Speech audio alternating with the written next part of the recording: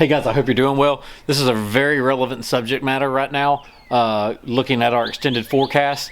If you've got a water fountain anywhere in your yard, specifically one like this that's got more of a shallow basin, you want to turn it off going into these colder temperatures, this cold snap we're going to have.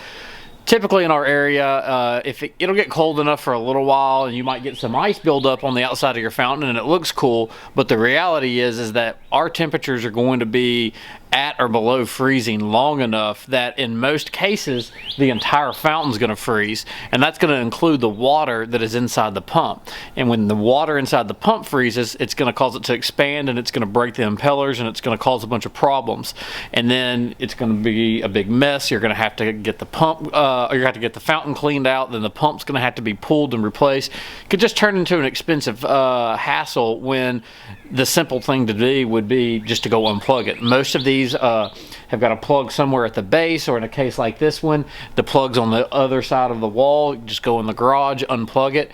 It's a very simple little maintenance task just to get ready for this cold weather, and it's going to save you, possibly hundreds of dollars in maintenance repairs.